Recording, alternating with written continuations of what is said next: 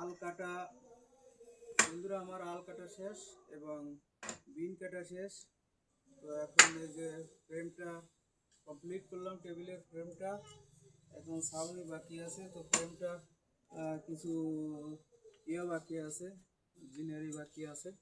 তো আমি এগুলো একটু মেজারমেন্ট করে দেখে মোটামুটি আমি বাদ বাকি যে জিনারিগুলো আছে সেগুলো মেরে দিয়ে দুটো মারছি। এখন বাকি আছে এই সাইডে দুটো, এই দুটো হয়ে গেছে, এই দুটো বাকি আছে, এই যে এখানে একটা বাকি আছে। তো আমি এই সাইডটা, এই যে এখানে আমি আসলে কাঠের পিনটা দিলাম না, আমি এখন লোহার পিন দিয়েই আছে। তো এই সাইডে পিনটা আমি দিয়ে দিচ্ছি।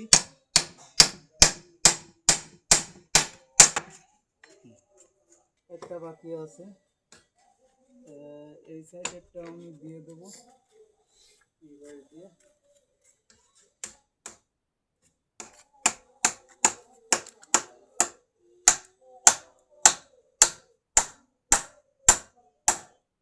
তো দিয়ে দিলাম, ওই সাইড দিয়ে দিচ্ছি, ওই সাইড দিয়ে দিচ্ছি। তো দেখ আমার তো এই সাইড হয়ে গিয়েছে, এই সাইডে এই নিচের এই সাইডটা বাকি আছে, ওইখান থেকে দিয়ে পারবো তো এই সাইড এখানে আরেকটা জেনারে দেব। তো আমি কিন্তু আরেকটা নিলাম, ওখানে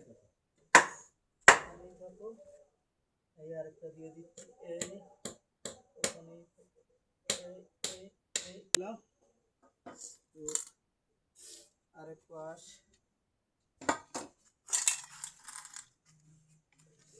এই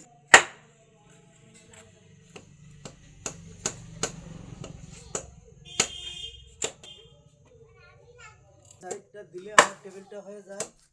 এই সাইডটা কমপ্লিট করার পর আমার কাজটা কমপ্লিট হবে। দিলাম, তো সব সাইডে হয়ে গেছে। তো দেখুন টেবিলের লুকটা এই যে। এখন ছাউনিটা বাকি আছে, ছাউনি এটা দিয়ে দেওয়া হবে। আর এটা দেখুন দেখতে কত সুন্দর হয়ে গেছে জিনিসটা। এই যে দেখুন, এই যে বন্ধুরা টেবিল তৈরি করে নিয়েছি।